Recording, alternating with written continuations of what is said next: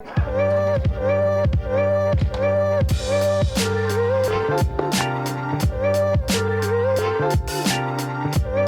గారిని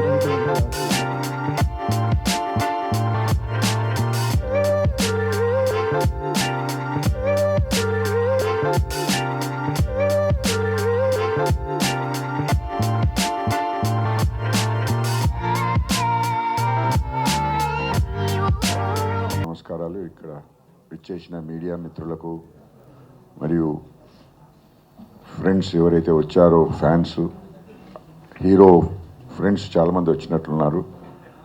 అందరికీ ధన్యవాదములు. లేకపోతే చాలా కష్టపడి నేను ఈ సినిమా మొత్తం చూశానండి ఆల్రెడీ ప్రసాద్ ల్యాబ్స్లో.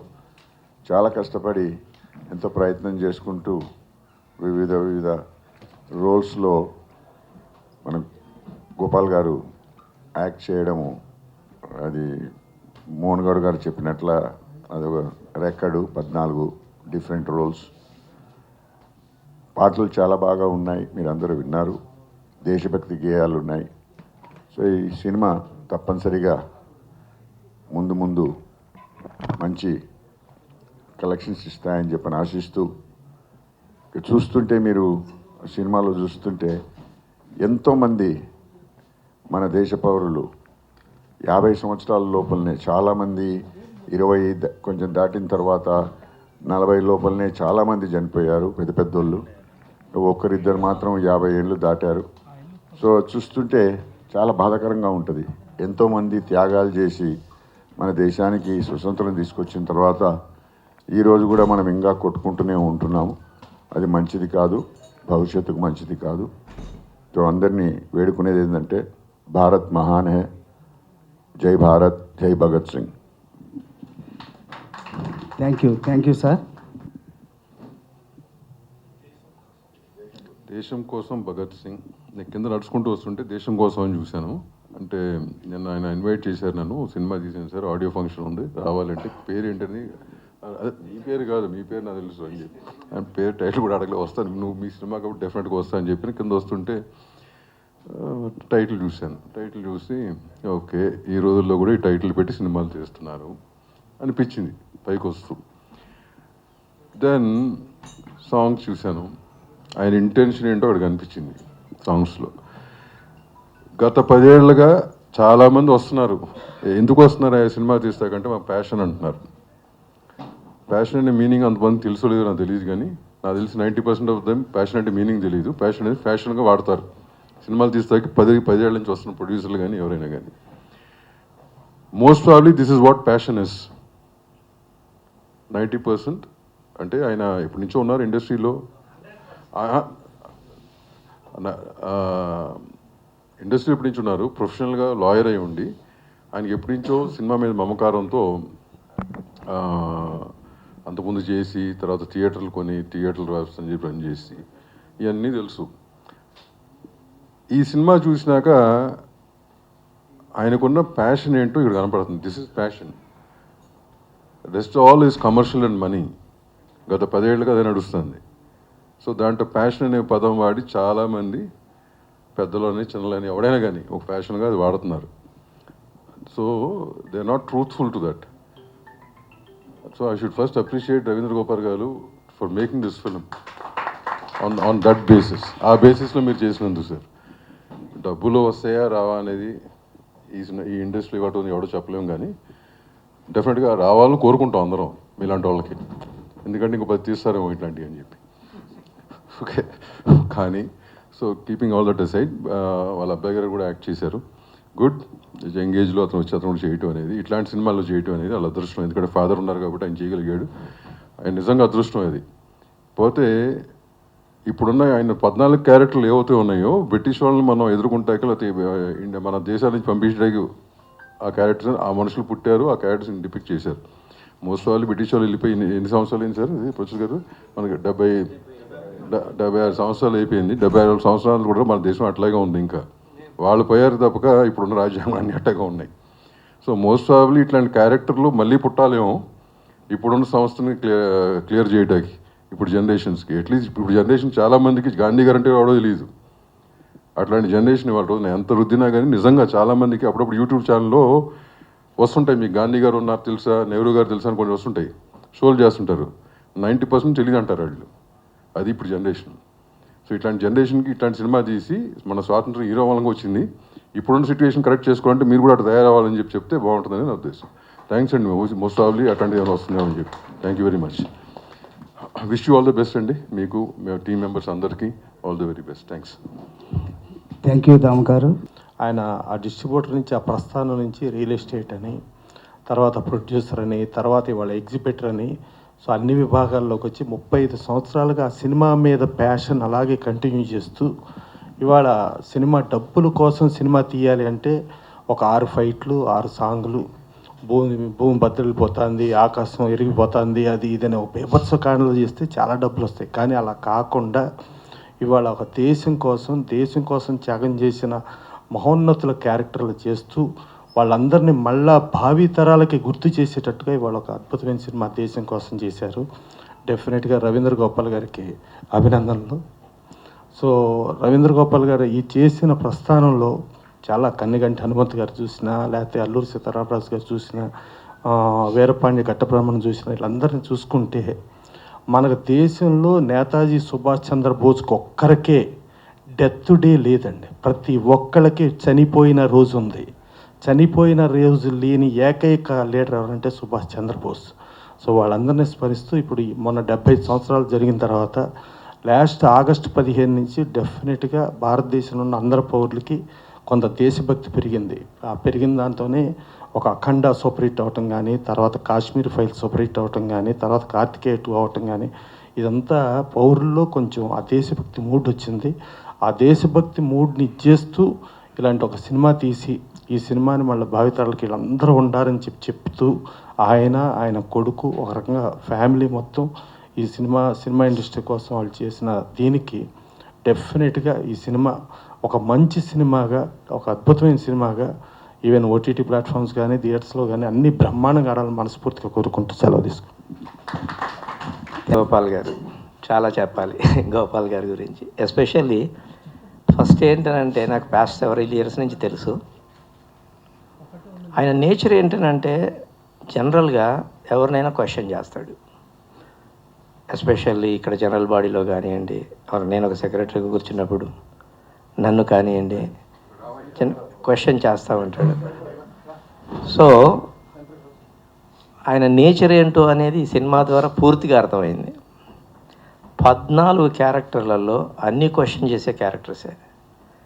ఇటు ఊరి తీసుకుంటానికి రెడీ అయ్యాడు, కంఠం తెంపుకుంటానికి రెడీ అయ్యాడు. అంటే దాన్ని బట్టి అర్థమైంది ఏంటి అని అంటే ఇతను బ్లడే ఆ నేచర్లో ఉంది. అంటే ఏంటి? క్వశ్చనింగ్. ఎవరినైనా ఏది వెనకాడకుండా క్వశ్చన్ చేస్తా. అది ఆ సినిమాలో కూడా చూపించాడంటే రవీంద్ర గోపాల్ గారు hats off, and you did a fantastic job. అసలు ఒక అన్ని క్యారెక్టర్లు బాగున్నాయి. అసలు ఒక క్యారెక్టర్ వచ్చే లోపల నేను కళ్ళజోడు ఇలా సరి చేసుకున్నాను, అది అమ్మ సుభాష్ చంద్రబోసేనా, ఒరిజినల్గా సుభాష్ చంద్రబోసేనా అన్నంత బాగున్నాడండి ఆ క్యారెక్టర్లో. సో అలా సన్ను కూడా అలానే ఇంట్రడ్యూస్ చేశాడు. So I wish him and his entire team all the very best. What ever we could do will do for your release, and I wish you again all the very best. Thank you. Thank you Mohan గారు. వేదిక ముందున్న పాత్రికేయ మిత్రులకు అందరికీ అభివాదం. ఈ cinema ఒక్క మాటలో చెప్పాలంటే రవీంద్ర గోపాల్ గారి రంగుల కళ, దేశభక్తుల పొంగుల కళ ఇది. ఆ విధంగా ఈ సినిమా ఒక ఇంటర్నేషనల్ చిల్డ్రన్ ఫిల్మ్ ఫెస్టివల్ ద్వారా అందరి బాలబాలికలకు చూపించాల్సిన ఆవశ్యకత ఉంది. ఆయన ఒక్కొక్క దేశభక్తుడు ఎప్పుడు పుట్టాడు, ఎప్పుడు అమరుడయ్యాడు కూడా డేట్లతో సహా వారు దీనిలో చూపడం జరిగింది. యువత మన దేశ చరిత్రను సంస్కృతిని మర్చిపోతుంది కాబట్టి వాళ్ళందరికీ తెలవాల్సిన ఆవశ్యకత ఉంది. ఇప్పటి ఈ కమర్షియల్ పీరియడ్లో ఆయన క్లాసిక్ సినిమా తీశాడు. అందరూ చేసేది జేబు సాటిస్ఫాక్షన్ కోసం అయితే ఆయన జాబ్ సాటిస్ఫాక్షన్ కోసము ఈ సినిమా తీసి నిరూపించుకున్నారు. ఎందుకంటే ఇది ఎంతో సాహసంతో కూడుకున్న పని. ఎవరు చేతులు కాల్చుకోవడానికి ప్రయత్నం చేయరు. కానీ ఆయన దేశం కోసం తన ఆవేశం ప్రదర్శింపజేశాడు. ఇందులో చతుర్దశ పాత్రల్ని అత్యంత చతురంగా నిర్వహించడమే కాక ఒక ఈటెల్ లాంటి పాటల్ని, తూటాల్లాంటి మాటల్ని కూడా అందులో రచించి స్క్రీన్ ప్లే దర్శకత్వం కూడా నిర్వహించి ఆయన అందరికీ ఒక అనితర సాధ్యంగా నిలిచాడు. అలాంటి రవీంద్ర గోపాల్ గారు మా తెలుగు సినీ రచయితల సంఘంలో వారు నాకు చిరమిత్రులు. ఆయన ముక్కుసూటి మనస్తత్వం. అందుకే ఆయన ఈ పాత్రలన్నీ తెల్లదొరల మీద ఎక్కుపెట్టిన బాణంలాగా చూపించాడు. తెల్లదొరల కాలం చెల్లిపోయింది, ఇప్పుడు నల్లదొరల కాలం జరుగుతుంది. ఆ నల్లదొరలను కూడా ఇలాగే ఎదిరించే పరిస్థితి వచ్చేట్టుగా ఉందని మనం ఈ సినిమా చూస్తే తెలుస్తుంది. ఆ విధంగా అంటే మరో ముందడుగు వేసి నల్లదొరల అరాచకాల్ని, దురాగతాల్ని కూడా ఎండగట్టే మరో చిత్రాన్ని, మంచి చిత్రాన్ని కూడా నిర్మించాలని నేను ఆశిస్తూ శుభాకాంక్షలు చెప్తూ తెలుసు. Thank you. నాకు అన్నలు, గురుతుల్యులు వీళ్ళందరి ముందు మాట్లాడడానికి కొంచెం భయంగా ఉంది. అలాగే జర్నలిస్ట్ మిత్రులు మీ అందరికీ నమస్కారాలు తెలియజేసుకుంటూ, భయమెరగని భారతీయుడా, భగత్ సింగ్ నామధేయుడా, భయమెరగని భారతీయుడా, భగత్ సింగ్ నామధేయుడా, కత్తి దూసి కథనానికి కదిలిన వాడా, కత్తి దూసి కథనానికి కదిలిన వాడా, కర్తార్ సింగ్ వారసుడై నిలిచిన వాడా, అమరవీరుడా, అనన్య సూరుడా, అమరజీవి భగత్ సింగ్, అందుకో మాలాల్ సలాం, అమరవీరుడా భగత్ సింగ్, ఓ అమరవీరుడా భగత్ సింగ్. ఈ పాట ఎందుకు పాడానంటే, నా బాల్యం నుంచి ప్రజానాట్య మండలి కార్యకర్తగా, గాయకుడిగా నేను కొన్ని వందల సార్లు, వేల సార్లు పాడుకున్న పాట ఇది. ఎక్కడ సందర్భం రాలేదు. ఇక్కడ తప్పనిసరిగా మా పరచురి గారు, అన్న వీళ్ళందరి ముందు ఒక చిన్న విషయాన్ని నేను తప్పనిసరిగా చెప్పుకోవాలి. అది వాస్తవం కాదో ఇక్కడ చెప్పొచ్చు లేదు, కానీ సందర్భం కూడా చెప్తాను, దయచేసి మన్నించాలి. నేను సినీ పరిశ్రమలకు రాకముందు ప్రజానాట్య మండలి కళాకారుడిగా నాకు నేనే ఒక భగత్ సింగ్ ఏకపాత్ర రాసుకొని దాదాపు దేశమంతా, 1-2 రాష్ట్రాలు తప్ప దేశమంతా కొన్ని వేలాది ప్రదర్శనలు ఇచ్చిన సందర్భంగా నా భగత్ సింగ్ ఏకపాత్రను ఎక్కడైతే భగత్ సింగ్ పుట్టాడో ఆ భగత్ సింగ్ గడ్డ నుంచి వచ్చిన Bhagat Singh Yuva Morcha all India youth federation వాళ్ళు ఆ భగత్ సింగ్ పంజాబ్లోకి అనువదించి అక్కడ కూడా కొన్ని వందల ప్రదర్శనలు ఇచ్చి 1995 మార్చి 23వ తారీఖున నేను ఎర్రసూర్యుడు అనే సినిమాకు కోడైరెక్టర్గా చేస్తున్న రోజులు నన్ను పంజాబ్కు ఆహ్వానించి భగత్ సింగ్ వర్ధంతి రోజు భగత్ సింగ్ సోదరుడి సమక్షంలో భగత్ సింగ్ సమాధి పంజాబ్లోని హుసేనివాలాలో ఉన్న భగత్ సింగ్ సమాధి పేరు తేజ్ మహల్. మనకు తాజ్ మహల్ తెలుసు, కానీ తేజ్ మహల్ అనేది భగత్ సింగ్ సమాధి పేరు. ఆ సమాధి దగ్గర వేలాది త్యాగధనులు, దేశభక్తుల సమక్షంలో నాతో భగత్ సింగ్ ఏకపాత్రను ప్రదర్శించే అవకాశాన్ని నాకు కలిగించారు. అది ఎప్పటి నుంచో నేను చెప్పాలని అనుకున్నాను. ఇక్కడ సరైన వ్యక్తుల సమక్షంలో వాళ్ళ చెవుల ముందు ఎద్దాం అనేది ఉద్దేశం చెప్పాను. అటువంటి అనుభూతులన్నీ గుర్తొస్తున్నాయి. నేను సినిమా పరిశ్రమలకు వెళ్తే తప్పకుండా భగత్ సింగ్ సినిమా తీయాలని అప్పట్లోనే భగత్ సింగ్ స్క్రిప్ట్ రాసుకొని దాన్ని మోసుకుంటూ నా బ్యాగులు పెట్టుకొని వచ్చి అప్పటి నుంచి ఆ కళ తీరకుండా అలాగే ఉండిపోతే సడన్గా రవీంద్ర గోపాల్ గారు ఈ సినిమా తీశారనగానే కొంచెం బాధ కలిగింది, కొంచెం ఈర్ష్య కలిగింది, అసూయ కలిగింది. అయ్యో నాకు ఈ అవకాశం మిస్ అయింది అనుకున్నాను. కానీ ఎవరో ఒకరు చేశారు అనే ఒక తృప్తి ఉంది. అంతేకాకుండా ఈ సినిమా కథా చర్చలు దాదాపు నాకు 20 సంవత్సరాల నుంచి నేను రవీంద్ర గోపాల్ గారితో డిస్కస్ జరుగుతుంది. ఈ సినిమా తీద్దాం అంటున్నారు. అప్పట్లోనే ప్రమోద్ గారితో పాటలు చేస్తున్నప్పుడు మనసులో కోరిక, నేనే డైరెక్ట్ చేస్తానేమో అడుగుదాం, రవీంద్ర గోపాల్ గారు మీరు యాక్ట్ చేయండి నేను డైరెక్ట్ చేస్తానని అడుగుదాం అనుకున్నాను. కానీ సడన్గా సినిమా తీసి పారేస్తాయండి. ఆయన ఎప్పుడు తీసేసాడు. కాబట్టి సరే మా సోదరుడు ఇంకా ఇక్కడ ఇంకో రహస్యం చెప్పాలి. ఇందాక ఎవరు మాట్లాడుతూ రవీంద్ర గోపాల్ గారి ఒంట్లో దేశభక్తి ఉంది అందుకే ఈ సినిమా తీశారన్నారు. నిజంగానే ఆయన చెప్పడు, కానీ భారతదేశంలో ముఖ్యంగా తెలుగునాట సోషలిస్టు భావాల వ్యాప్తి కోసం తన జీవితాన్ని అంకితం చేసిన ఓంకార్ గారికి అల్లుడెత్తాడు ఆయన, కొడుకు సారీ, అది ఎక్కడ చెప్పట్లేదు. ఆ బ్లడ్ అక్కడ ప్రవహిస్తుందండి. అలా అక్కడి నుంచి ఆ బ్లడ్ ఇంతవరకు ఈ వరకు లాక్కు రైటర్ కాదు అక్కడ కమ్యూనిస్ట్ నాయకులు ఆయన, మార్కిస్ట్ మేధావి, మార్కిస్ట్ ఉద్యమకారుడు, ఎమ్మెల్యే చాలాసార్లు ఎమ్మెల్యే చేశారు, నిస్వార్థపరుడు. అంటే అన్నిసార్లు ఎమ్మెల్యేగా చేసిన ఆర్టీసీ బస్సులోనే తిరిగేంత సాదాసీదా జీవితం గడిపిన ఆయన వారసులు ఆయన. ఇన్ని బ్యాక్గ్రౌండ్లు, ఇన్ని నేపథ్యాలు, ఇంత చరిత్ర ఉన్న వ్యక్తిగా రవీంద్ర గోపాల్ గారు, అలాగే దాదాపు వేదిక మీద ఉన్న అందరూ కూడా త్యాగధనులు. వారి జీవితంలో సాంస్కృతిక రంగంలో కానివ్వండి, సాహిత్య రంగంలో కానీ ఉంటున్నప్పటికీ, సినిమా పరిశ్రమలో ఉంటున్నప్పటికీ, ఈ దేశం కోసం, ఈ సమాజం కోసం, ఈ సంఘం కోసం మనం ఏం చేయాలి, మన వంతుగా మన కర్తవ్యం ఏంటి అంటూ ఆలోచించే వ్యక్తులు, బాధపడే వ్యక్తులు, కన్నీరు పెట్టుకునే వ్యక్తులు, ఏదైనా తప్పు జరిగినప్పుడు ప్రశ్నించే వ్యక్తులు, ఏదైనా సమస్య వచ్చినప్పుడు ఆ సమస్యను పరిష్కరించడం కోసం తమ వంతుగా కృషి చేసే వ్యక్తులు, వీరందరి సమక్షంలో జరుగుతున్న ఈ కార్యక్రమం గురించి నాకు అనిపిస్తుందో, ఎందుకు హైదరాబాద్ నేల, హైదరాబాద్ గడ్డ పుణ్యం చేసుకుందేమో. గత వారం రోజులుగా దేశభక్తి పరిమళాలతో, దేశభక్తితో పొలగించిపోతుంది. నిన్నగాక మొన్న ప్రపంచ విప్లవకారుడు చేగువేరా గారి కూతురు అలైదా చేగువేరా గారు హైదరాబాద్కు వచ్చి నిన్న 22వ తారీఖు రవీంద్ర భారతిలో మగ్దుం భవన్లో జరిగిన కార్యక్రమాల్లో ఆమెతో పాటు పాల్గొనే అవకాశం నాకు దక్కడం నిజంగా నాకు పులకరించింది. మళ్ళీ రెండే రోజులైంది. వెంటనే భగత్ సింగ్ దేశం కోసం, నిజంగా ఆయన టైటిల్ రవీంద్ర గోపాల్ గారు భగత్ సింగ్ అని టైటిల్ పెట్టవచ్చు కదా, దేశం కోసం భగత్ సింగ్ అని ఎందుకు పెట్టారు అంటే ఆయన మాట అన్నాడు. సినిమా చూశాను నేను, పచ్చూరి గోపాలకృష్ణ గారు, మేమంతా సినిమా చూసాం. భగత్ సింగ్ అనే పేరు ఈరోజు భగత్ సింగ్, చేగువేరా అనే పేర్లు ఫ్యాషన్గా వాడుతున్నారు. చాలామంది మోటార్ బైకుల పైన బొమ్మలు పెట్టుకుంటున్నారు, క్యాపులు పెట్టుకుంటున్నారు. అసలు వారి చరిత్ర ఏంటో తెలియట్లేదు. అందుకోసం సినిమా చూస్తారో చూడరో, చూడకుండా కానీ పేరు వినగానే భగత్ సింగ్ అంటే దేశం కోసం భగత్ సింగ్, దేశం కోసం పుట్టిన భగత్ సింగ్.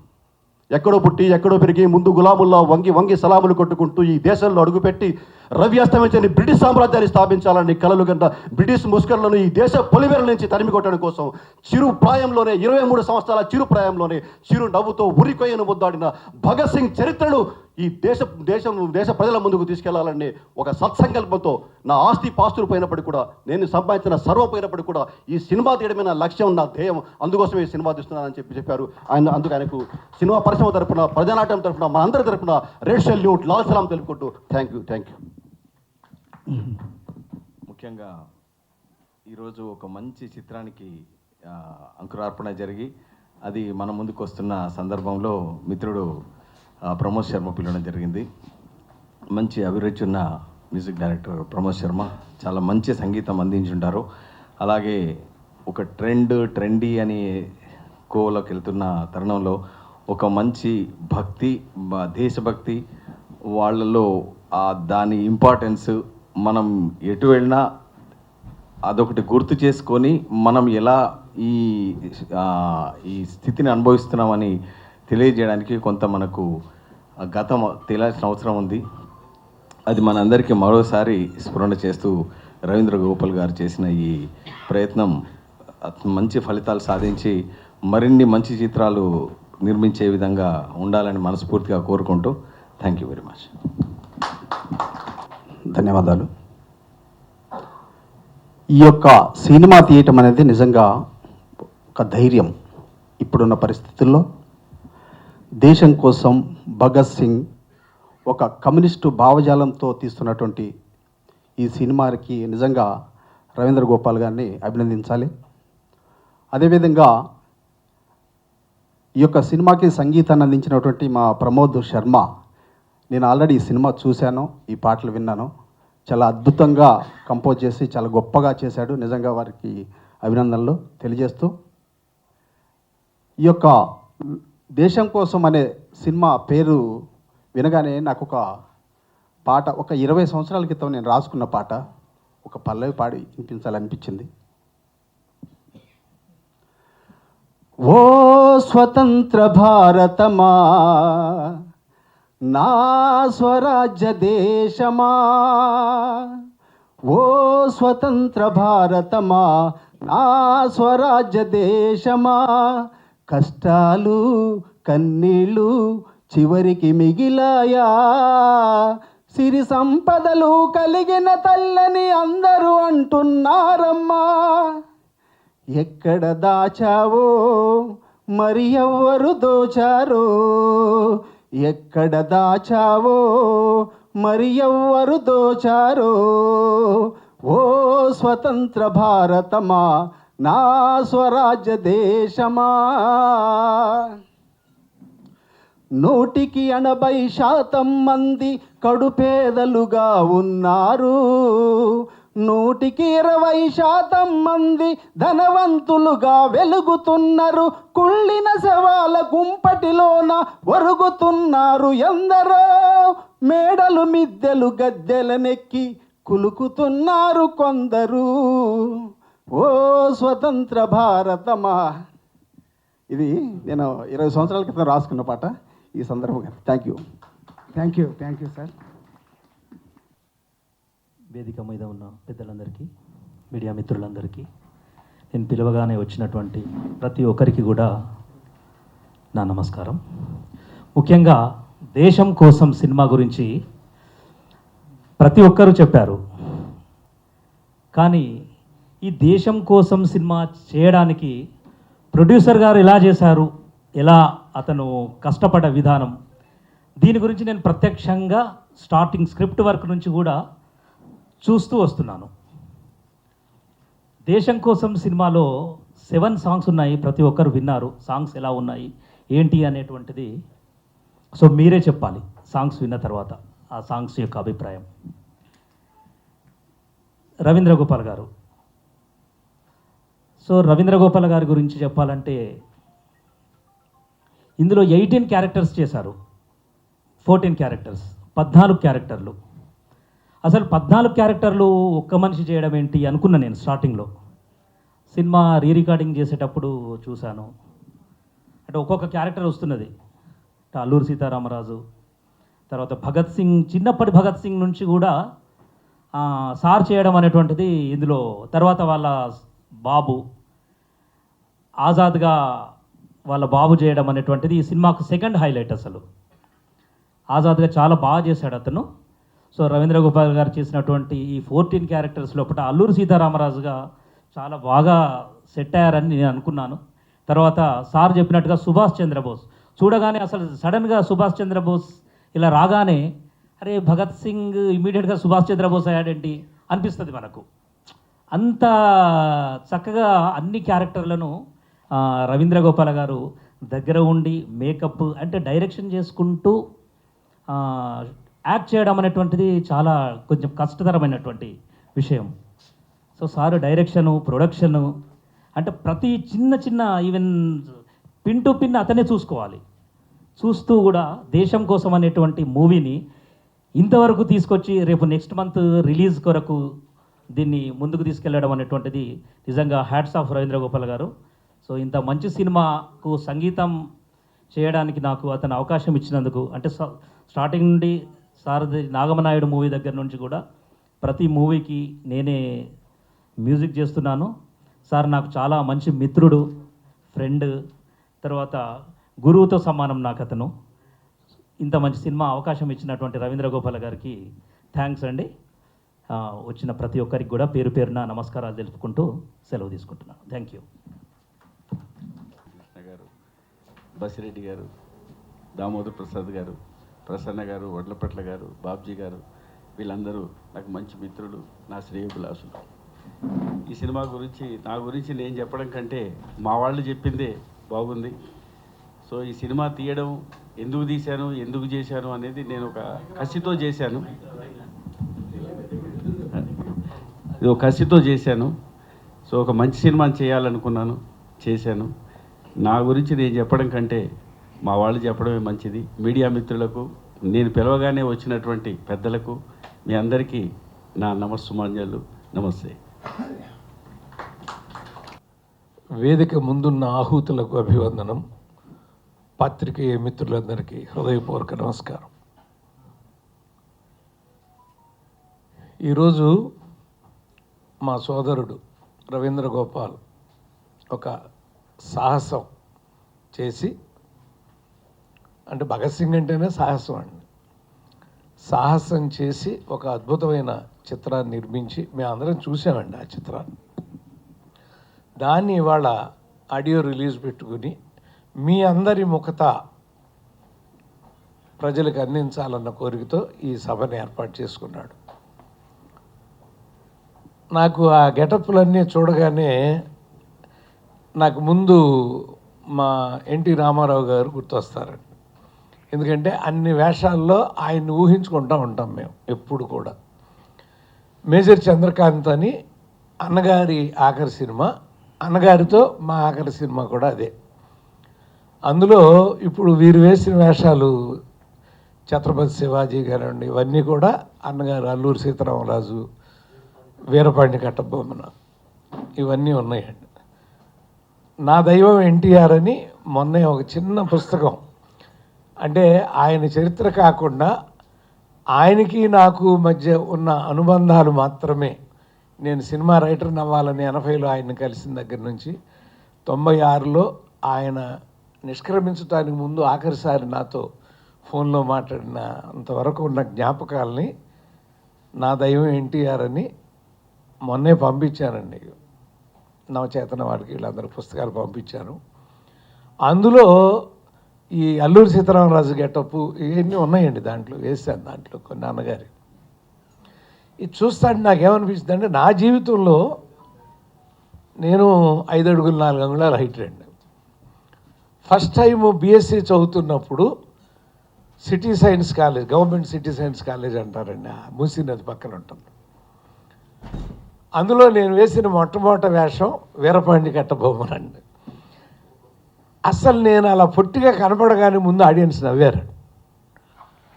ఈడేంటి వీరపాండి కట్టబొమ్మను అన్నట్టు అనుకున్నారేమో, కానీ వీరపాండి కట్టబొమ్మను పూర్తి కాగానే మా లెక్చరర్స్ ముందు వేదిక మీదకి వచ్చి నన్ను కౌగిలించుకున్నారు. అది నేను నా జీవితంలో మర్చిపోలేదు. నాకు ఎప్పుడు వెళ్ళి రవీంద్ర భారతిలో వేషం వేయాలి, రవీంద్ర భారతిలో వేషం వేయాలని కోరిక ఉండేదండి. ఎవరు అలవ్ చేస్తారు, మన ఎవరో చేయకపోతే.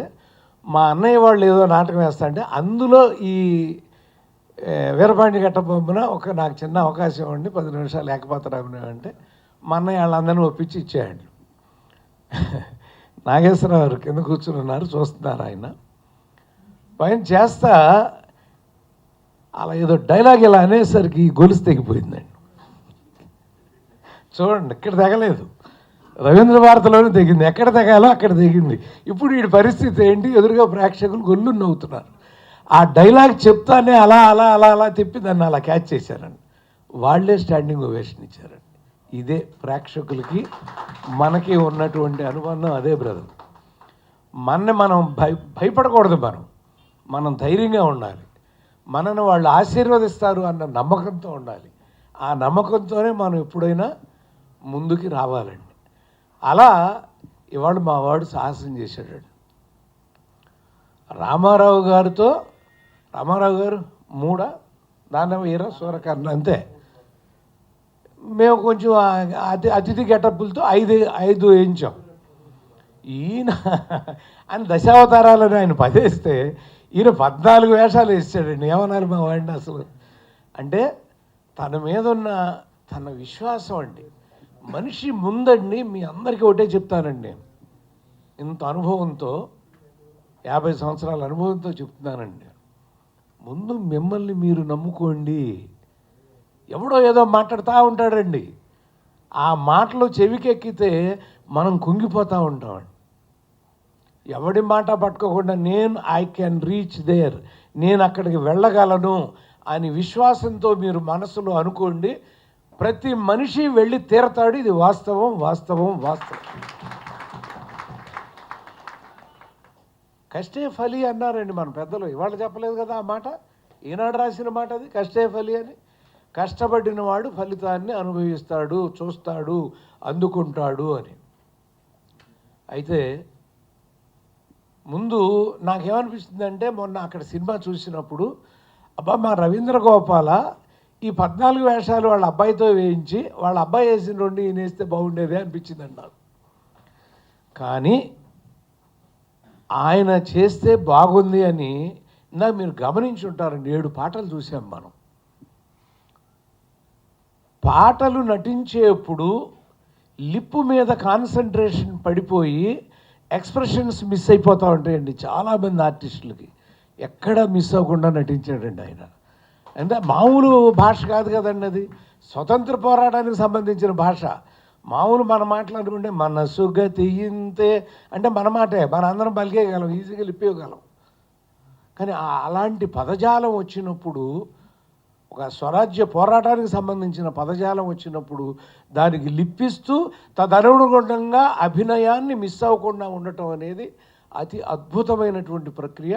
అది మావాడు సాధించుకున్నాడు చక్కగా ఈ సినిమాలో. మీరందరూ కూడా ఈ సినిమాని దేనికోసం చూడాలంటే రవీంద్ర గోపాల్ కోసం కాదండి. నాకు మన వాళ్ళు చెప్పారు, ఒకప్పుడు మనం బానిసలం అనే సంగతి ఆ ముందు కూర్చొని చిన్నపిల్లలు చాలామంది కనపడుతున్నారు నాకు, వాళ్ళందరికీ తెలియదు.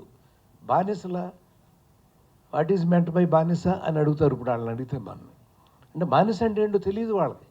మనం ఎందుకంటే నేను కూడా మా అమ్మ కడుపులో బానిసనండి. నేను బయటకు వచ్చేసరికి తెల్లాళ్ళు వెళ్ళిపోయారండి. నేను నవ్వుతూ ఉండేవాడిని మా అమ్మతో, నాకు భయపడి వెళ్ళిపోయారమ్మా అంటూ ఉండేవాడిని. ఓరు ఎంత అడిగిరా నువ్వు అంటూ ఉండేది మా అమ్మ.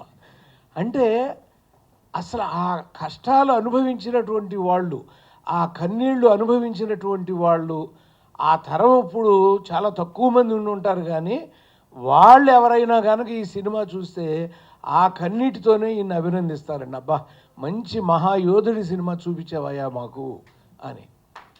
ఎందుకంటే చాలామంది చరిత్రలు అల్లూరి సీతారామరాజు తీసి చూపించాడు మహానుభావుడు కృష్ణ గారు, అలా వీరపాండ్య కట్టబొమ్మను తీసి చూపించాడు శివాజీ గణేషన్ గారు. ఇలా ఆ స్వతంత్రం కోసం ప్రాణాలు అర్పించినటువంటి మహానుభావుల చరిత్రల్ని ఒక్కొక్కళ్ళు తీసి, అసలు యాక్చువల్గా నేను ఒకసారి ఎప్పుడో ఒక మీటింగ్లో చెప్పానండి, చిన్న బడ్జెట్లో ప్రొడ్యూసర్ కౌన్సిల్, ప్రొడ్యూసర్ మన అందరం కలిపి, కావాలంటే అందరం కలిపైనా ఒక చిన్న బడ్జెట్లో ఆ చరిత్రను అలా పంపిస్తే భావి తరాలకి వీళ్ళ కథ ఇది, వీళ్ళ కథ ఇది అని తెలుస్తుంది అనేటువంటి నమ్మేవాళ్ళు నేను ఒకండి. అందులో ఆయన సాహసం చేసి ప్రతి రూపాయి తనే పెట్టుకుని, ప్రతి రూపాయి తను ఎన్ని కోట్లు అయి ఉంటుందో వీళ్ళందరికీ తెలిసి ఉంటుంది. మాకు ఆ లెక్క మన సినిమా చూడగానే తెలిసి ఉంటుందండి ఎంత ఖర్చు పెట్టాడో.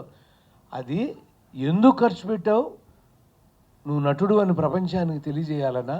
కాదు, భగత్ సింగ్ గొప్పదనం ప్రపంచానికి తెలియజేయాలని ఆయన అంత డబ్బు ఖర్చు పెట్టాడు. ఆయనకి చప్పట్లు కొట్టండి ఒకసారి. ఎందుకంటే చాలామంది దేశం కోసం ప్రాణాలు అర్పించినటువంటి మహానుభావులు. ఇప్పటికీ సుభాష్ చంద్రబోస్ గారు ఇందాక ఆ వెళ్ళిన దాంట్లో లాస్ట్ డేట్ ఒకటి వేసాడు ఆయన తర్వాత అడుగుదాం అనుకున్నాను నేను.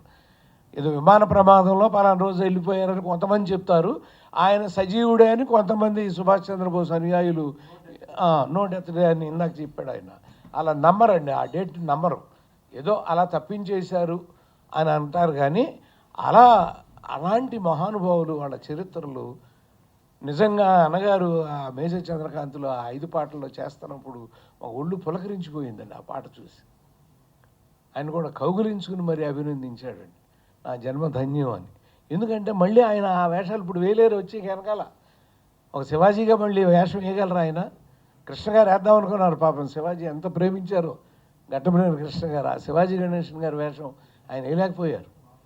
అలా ఒక అద్భుతమైనటువంటి చిత్రాన్ని ఇవాల్టి సమాజానికి ఒకనాటి మహానుభావుడి కథ, ఆయన పెట్టినటువంటి ట్యాగ్ లైన్ ఇందాక మనాళ్ళు చెప్పారండి, భగత్ సింగ్ దేశం కోసం. దేశం కోసం అంటే దేశం కోసం ఏం చేశాడు, దేశం కోసం బలయ్యాడా, దేశం కోసం ప్రాణత్యాగం చేశాడు, దేశం కోసం భగత్ సింగ్ ఏం చేశాడు అనే టైటిల్ కూడా చాలా బాగుందండి. మరి అందులో అన్ని విభాగాలు 14 వేషాలు ఇటువంటి మాటలు కాదండి.